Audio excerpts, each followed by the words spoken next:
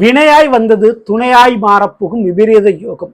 ஆமாங்க, மீன ராசியில பிறந்தவங்களுக்கு உங்க வாழ்க்கையில எந்த ஒரு விஷயத்துல யாரால நீங்க கஷ்டப்பட்டு கொண்டிருக்கிறீங்களோ அந்த விஷயத்தில் அந்த நபர்களாலே அதிரடியான நன்மைகள் நடைபெறக்கூடிய ஒரு காலகட்டம். காரணம் சனி பகவானுடைய வக்ரம். இன்றைய இதில் அதை பத்தி தான் பார்க்க போறோம். பதிவை ஃபுல்லா பாருங்க. ஓம் மைஜாயுத்மகி தண்டகஸ்தாய தீமிகி தன்னோ வாராகி பிரசோதியாத். நல்லதே நடக்கும். ஓம் நம சிவாயும் எல்லாம் லஸ்டி பாராகியும் திருவடி சரணம். சனி பகவானுடைய வக்ரம். மீன ராசியில பிறந்த நண்பர்களே, 7 சனி, அது குறிப்பிட்டு ஜென்ம சனி காலகட்டங்கள். மற்றவங்களுடைய வேலையை தூக்கி சுமக்க வேண்டிய செய்ய வேண்டிய ஒரு நிர்பந்தம் கட்டாயம், அவமானம், பழிச்சொல், இவை அனைத்தையுமே நீங்க சந்தித்து கொண்டு தான் இருப்பீங்க. தேவையில்லாத அலைச்சல் பயணம் உங்களுக்கு இருந்துகிட்டு தான் இருக்கும். வேலையினுடைய பயம், வருமானத்தினுடைய பயம், வாழ்க்கையினுடைய பயம் உங்களுக்கு இருந்துகிட்டே இருக்கும். உதவி செய்யறவர்களோட உபத்திரம் செய்பவர்கள் தான் அதிகமான முறையில் உங்களை சுற்றி இருப்பாங்க. இப்படிப்பட்ட சூழல் இருக்கக்கூடிய உங்களுக்கு இந்த சனிவனுடைய வக்ரம் ஜூலை 27 நடக்குது. சனிவான் பின்னோக்கி நகர்ந்து போகத்தான் நம்ம வக்ரம்னு சொல்றோம். சரிங்களா? குருவான் வக்ரம் அடைஞ்சா நல்லதை பண்ண முடியாது. அதே போலதான் அசுபகிரகமான சனிவான் வக்ரம் அடைந்தால் கெடுதலை செய்ய முடியாது. அப்போ எந்தெந்த ஒரு விஷயத்துல சனி பகவான் இதுவரை கெடுதலை செய்தாரோ அந்த விஷயத்தில் சனி பகவானே உங்களுக்கு நல்லதை செய்ய போறாரு. அந்த கெட்ட விஷயம் அல்லது கஷ்டமாக போன விஷயத்துல இருந்து தப்பிக்கிறதுக்கு வழியை காட்டி கொடுக்க போறாரு. யார் பிரச்சனை கொடுத்தாரோ அவரை தீர்வு கொடுக்க போறாரு. மிக முக்கியமான முறையில மீனராசிக்காரர்களுக்கு கூட பிறந்தவர்களால் ஏற்பட்ட பிரச்சனை, நிலத்தகராறு, சொத்து தகராறு பிரச்சனைகளை தீர்த்து கொடுப்பாரு.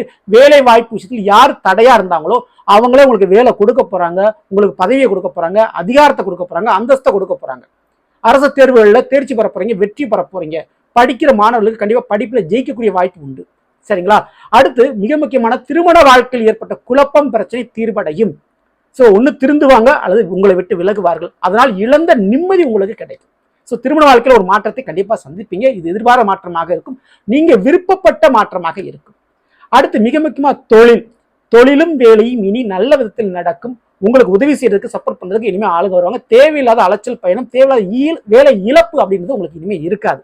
அதுல பயப்படாம வேண்டாம். கண்டிப்பா கர்மஸ்தானத்தில் கண்டிப்பா 10ஆம் வீடான மீன ராசியில இருந்து 10ஆம் வீடான தனுசு ராசி சனிவான் பார்க்கின்றபடியால், அந்த பார்வை சனி வக்ரத்தால் மாறுகின்றபடியால் நிச்சயம் கர்மஸ்தானம் வலுக்கிறது.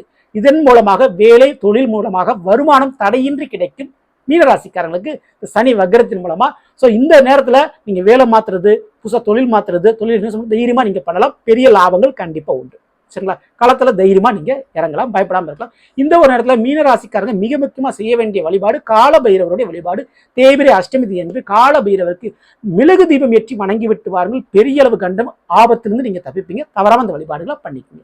இந்த பதிவு பிடிச்சிருந்த லைக் பண்ணுங்க, மற்ற ஷேர் பண்ணுங்க. இது போல ஒவ்வொரு ராசிக்குண்டான பலங்களை தெரிஞ்சுக்கணும் மறக்காம நம்ம சேனலை ஃபாலோ பண்ணி வச்சுங்க. அடுத்த சந்திப்போம். நன்றி, வணக்கம்.